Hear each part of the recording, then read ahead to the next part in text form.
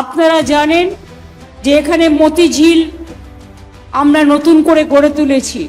Murshidabad জিয়াগঞ্জে municipality আছে এবং তাছাড়াও অনেকগুলো ব্লক আছে।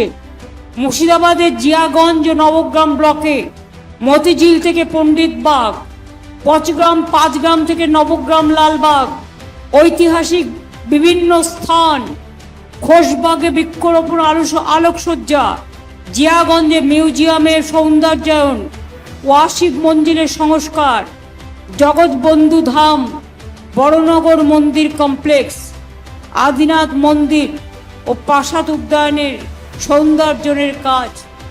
জিয়াগঞ্জ ব্লকে এসএনএসইউ, কৃষক বাজার, বিদ্যুতের সাবস্টেশন, কর্মতীর্থ, সংখ্যালঘু ছাত্রছাত্রীদের দুটি hostel, mother's waiting heart, blood bank সহ অনেক কাজ করা হয়েছে। এবং কিছুদিন আগেই আমি ঘোষণা করেছি ইলেকশনের আগে, বহরমপুরে মুর্শিদাবাদ ইউনিভার্সিটি আছে, কিন্তু আমরা হাজারিবাগ নতুন ইউনিভার্সিটি তৈরি করছি, যেটা এডুকেশন হাব হবে।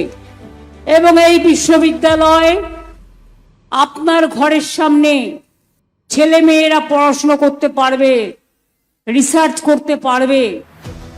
আমি ইতিমধ্যেই আমাদের এমপি ল্যাডের টাকা থেকে 1 কোটি টাকা দিয়েছি, যে যাতে তারা প্রাচীরটা তুলে রাখতে পারে, জায়গাও দেয়া হয়ে গেছে।